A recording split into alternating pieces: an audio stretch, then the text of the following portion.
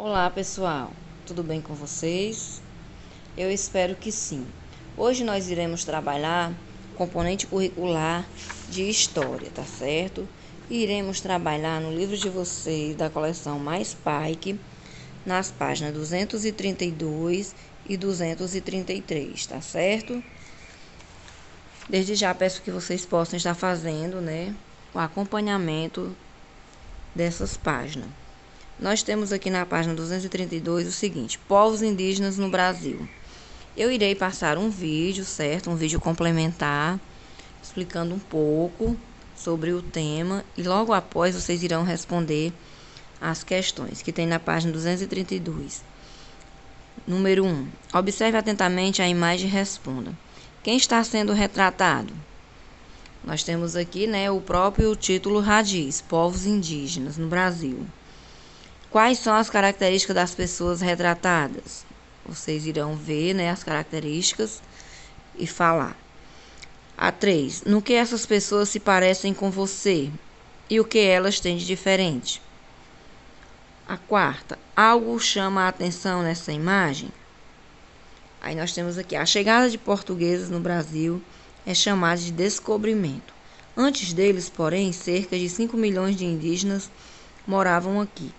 Muitos foram exterminados, catequizados ou escravizados pelos europeus, ou pegaram doenças fatais para eles. Até o início do século XX, ainda prevalecia a ideia de que os indígenas deveriam ser integrados à cultura ocidental para serem civilizados.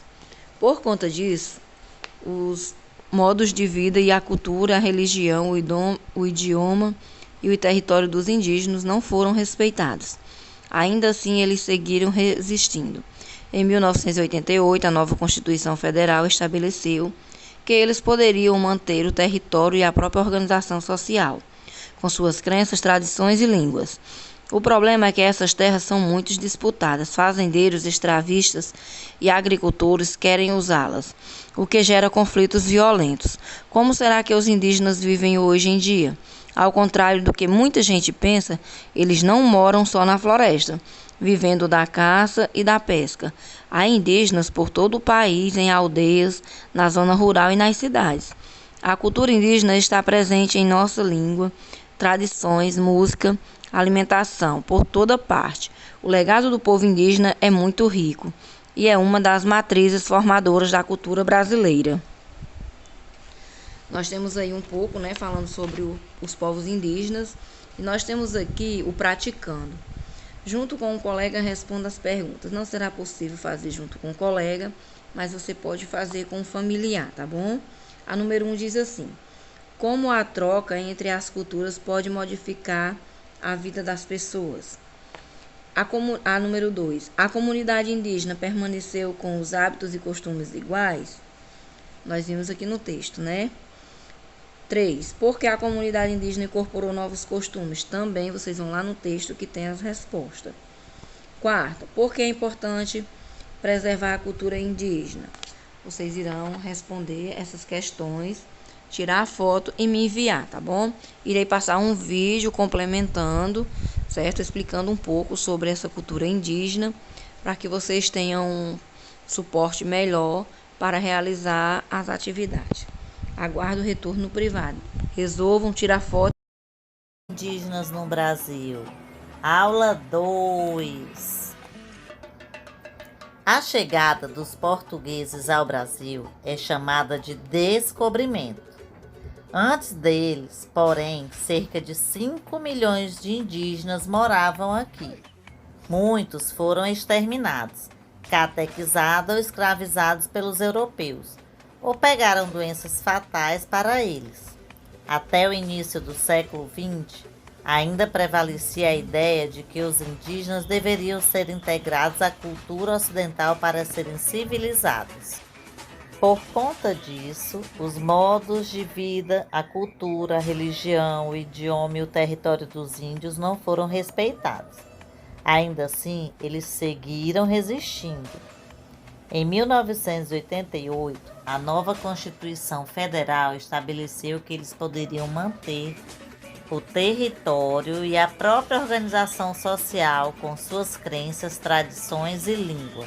O problema é que essas terras são muito disputadas. Fazendeiros, extrativistas e agricultores querem usá-las, o que gera conflitos violentos. Como será que os indígenas vivem hoje em dia? Ao contrário do que muita gente pensa, eles não moram só na floresta, vivendo da caça e da pesca. Há indígenas por todo o país, em aldeias ou zona rural e nas cidades. A cultura indígena está presente em nossa língua, tradições, músicas, alimentação, por toda parte. O legado do povo indígena é muito rico e é uma das matrizes formadoras da cultura brasileira. E você, conhece algum indígena? E indígena youtuber? Não, pois assistam agora ao vídeo Povos Indígenas do Brasil, de Christian, um índio show de bola. Olá, meu nome é Christian Ariel Seremeuá, sou indígena Chavante com ascendência Guarani e Andeva. Ou seja, eu pertenço a 2 dos mais de 300 povos nativos que resistem aqui no Brasil, somando mais de 270 línguas diferentes, com uma estimativa de quase 1 milhão de indivíduos espalhados em aldeias e cidades em todo o território brasileiro. E se falar que não existe indígena no Brasil, tá mentindo.